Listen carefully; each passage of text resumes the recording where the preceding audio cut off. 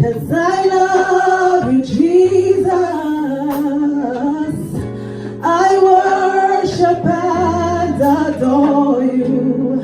Just want to tell you that, Lord, I love you more than anything.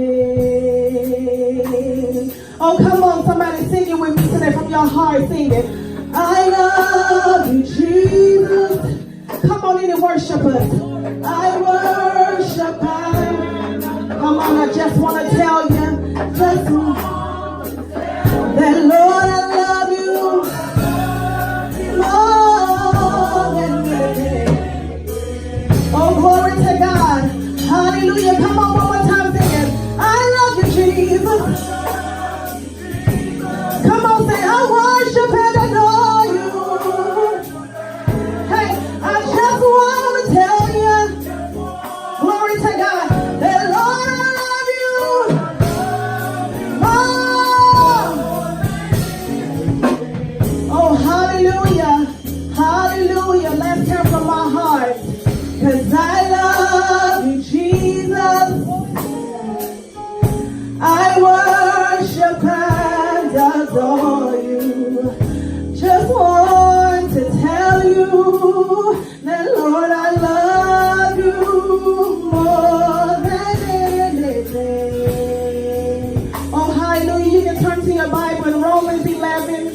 'Cause I love you, Jesus. I worship and adore you.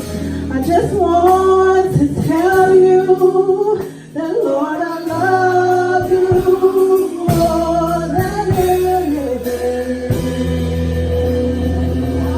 Oh, glory to God. Come on, anybody come to have service from this morning? Did anybody come to lift up his holy name this morning? Come on, you decided to get up out your comfortable bed. Come on to worship a risen Savior. Hallelujah. To say there is none like our God. None like our Savior. Hallelujah. Thank you, Jesus. Oh, hallelujah. I'm just so excited. I told First Lady she's trying to make me cry. And see, one thing about me is I rarely wear lashes. And I'm like, Lord, let them stay on for 5 minutes. But it was so touching, so heartfelt, because she said as a mother, the one thing you want to do is to be proud of your children. But I can say as a daughter, one thing you want to do is make your parents proud. That's right. That's the truth of the matter. That no matter what obstacles you face together or by yourself, you just want to know that your parents are proud of you. And so I'm grateful for my pastor that happens to be my father-in-law, because it used to be my father-in-law that happened to be my pastor, but now he's my pastor that just happens to be my father-in-law. And I'm grateful for that. And I'm grateful for my first lady. I'm grateful for my mother-in-law, my first lady that happens to be my mother-in-law, because there's a difference. I came here because I married my husband, and so that's the reason why I came. But God has shown me through the years it was already ordained in heaven. So I'm grateful for the opportunity. I'm grateful for each and every elder, Auntie Wandra, my husband that I love with all my heart. I don't think you can know me and not know that. If you don't know that I love my husband, you really don't know me, because I love him.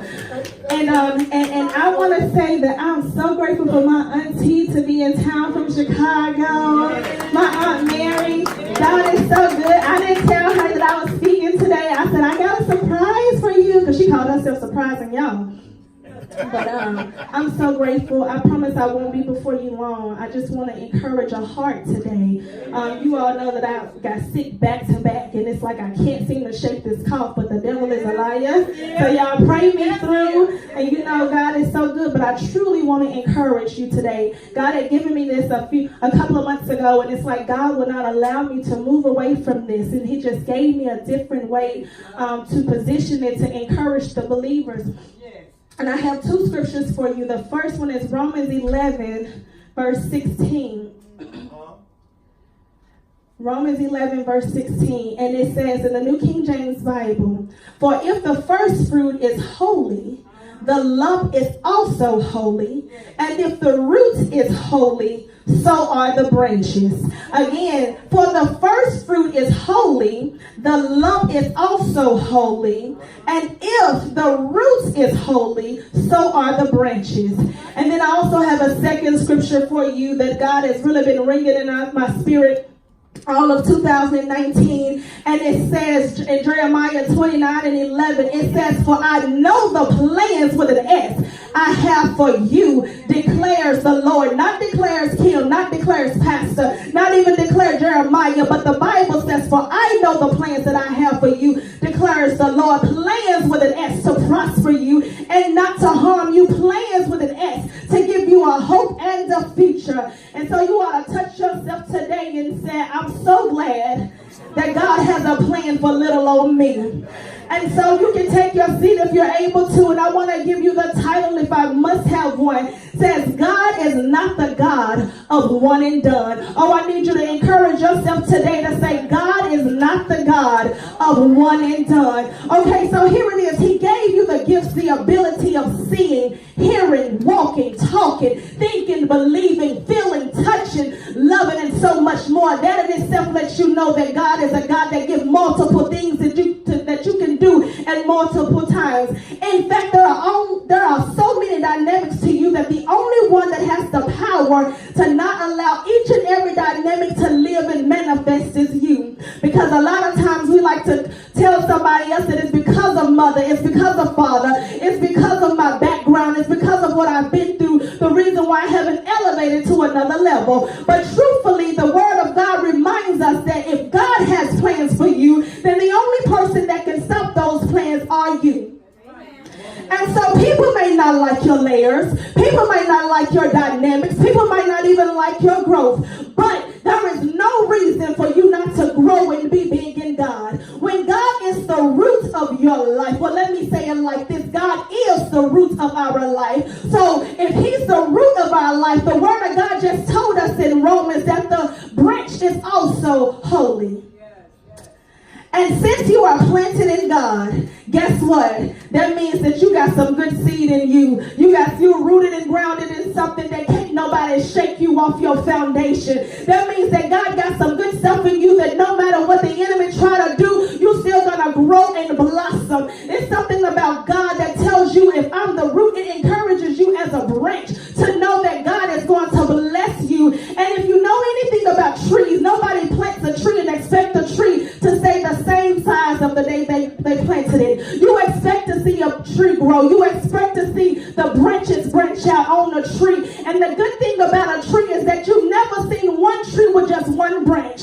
Oh my God. If you look at a tree, every tree has multiple branches. Now, I'm not talking about a palm tree, not one of those trees. And they even got multiple palms that come out of them. But a tree has multiple branches. And I'm here to encourage you and to let you know that each branch on your tree are your gifts, are your talents. Come on, it's the things that God has for you. Each branch on your tree serves a purpose. And the truth of the matter is, every branch on the tree is not the same size. Some branches on the trees are bigger than others. But I'm here to tell you, you still can operate fully, even in the small branches. Come on.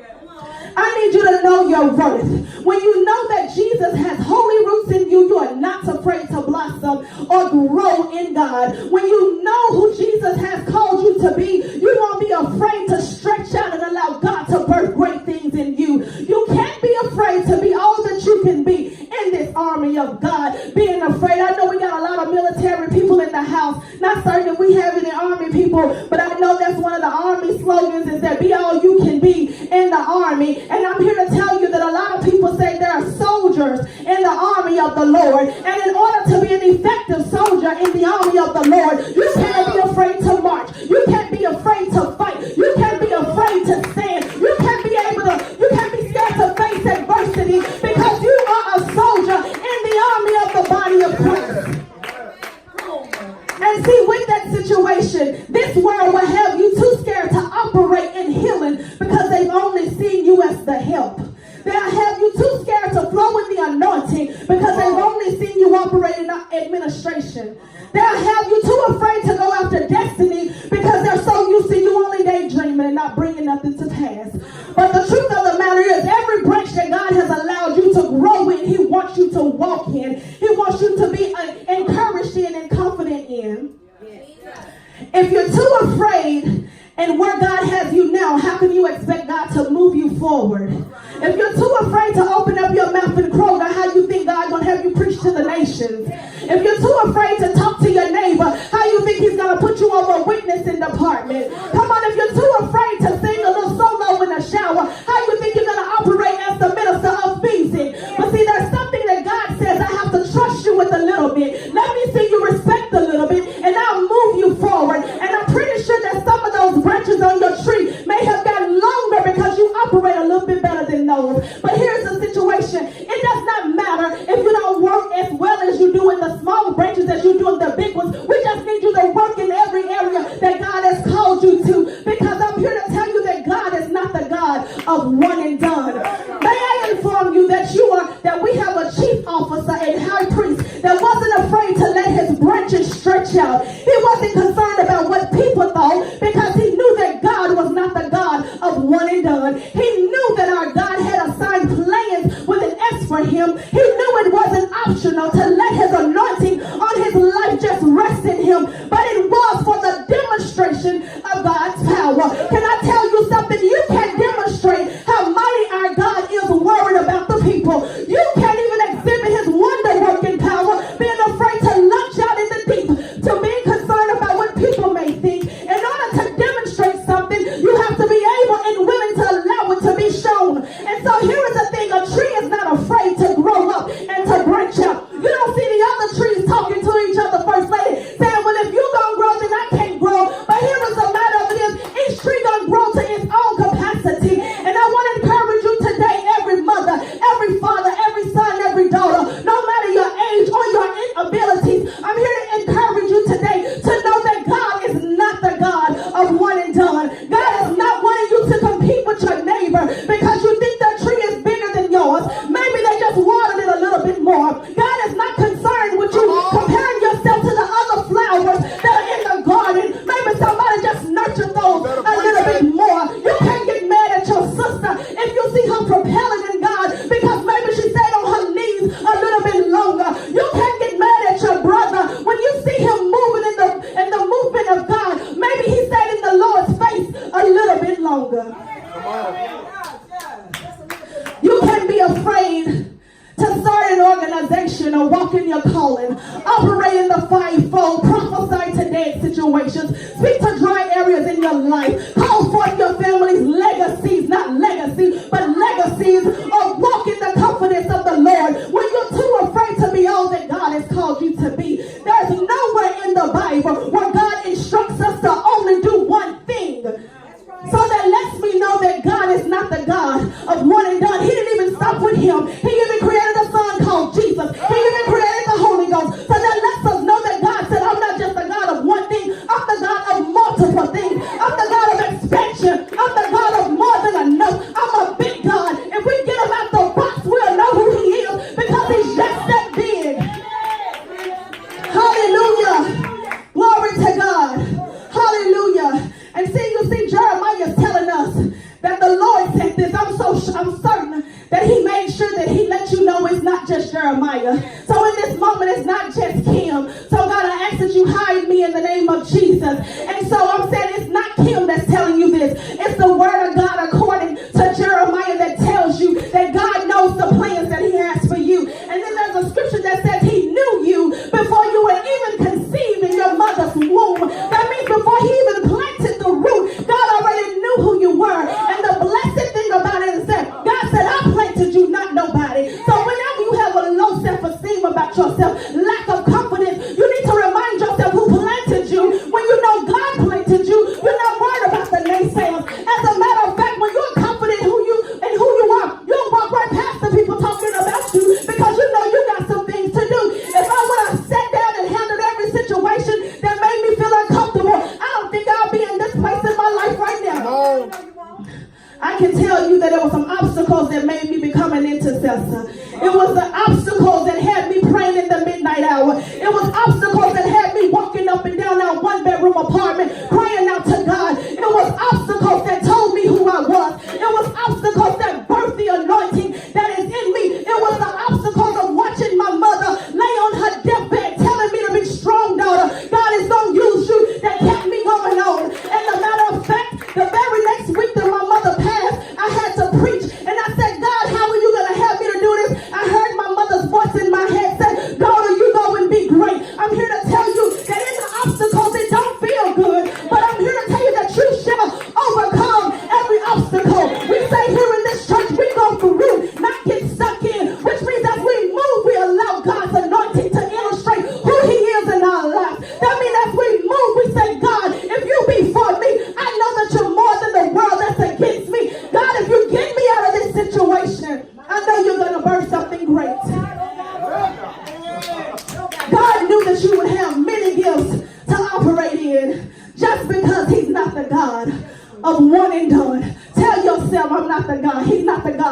of one and done. Come on, tell yourself for real, like you believe it, because I'm almost done, that he's not the God of one and done. Come on, remind yourself in the midnight hour, God, you're not the God of one and done. You see, I'm so glad that Jesus knew that God he served wasn't a God of one miracle, wasn't a God of one saving, of one life changing, one healing, one demon slaying, one devil rebuking, or one redeeming, and one chain breaking God. But he knew God could do all of them at the same time. I'm so glad that God can operate as a miracle worker and a savior. I'm so glad he can operate as a life changer and a healer. I'm so glad he can operate as a demon slayer and a devil rebuking. I'm so glad he can operate as a forgiving God and a redeeming grace. I'm so glad he can operate as a chain breaking God, because he's just that God. He's not the God of one and done. He's a God that can do more than enough. He's a God that can heal your daughter and save your husband. He's the God that can heal your body and turn your neighbor's life around. He's the God that will restore your finances and bless you indeed and enlarge your territory. Because he's just not the God of a one and done. He's the God that'll give you peace in the midnight hour and tell you to go to sleep. He's the God that'll tell you, daughter, I'm for you, so keep on keeping on. Contrary to what you may think or have heard about Jesus, he wasn't concerned about only being used in one area, maybe not even two, because he wasn't concerned about the opinions of others.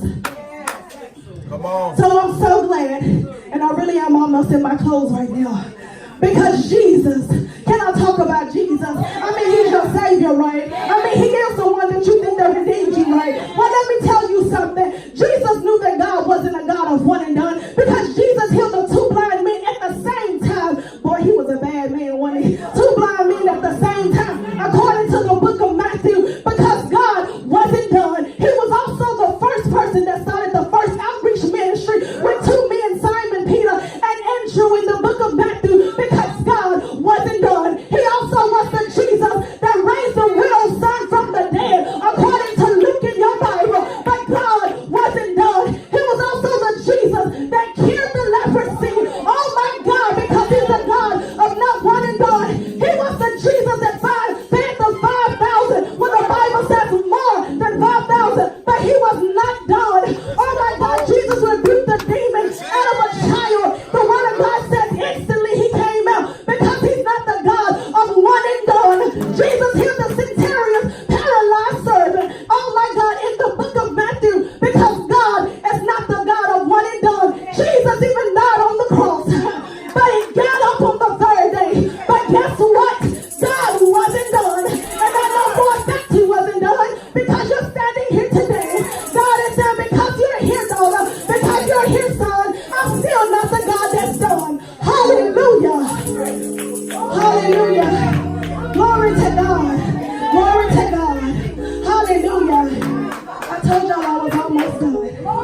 Hallelujah. He's not the God of a one and done. So I'm here to encourage you. I don't care what age bracket you're in. I don't even care what financial bracket that you're in or tax bracket. Because you're standing here, there is a blessing for you, because you're here today. God is saying, I'm not the God of a one and done. Operate and let your tree grow, daughter. Operate and let God use you like never before. Stay planted and rooted in the word of God. When trials come up, this is your weapon. When issues come up, prayer will help you through the situation.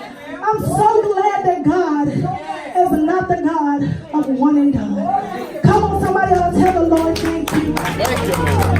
Hallelujah. Glory to God. Hallelujah. Hallelujah.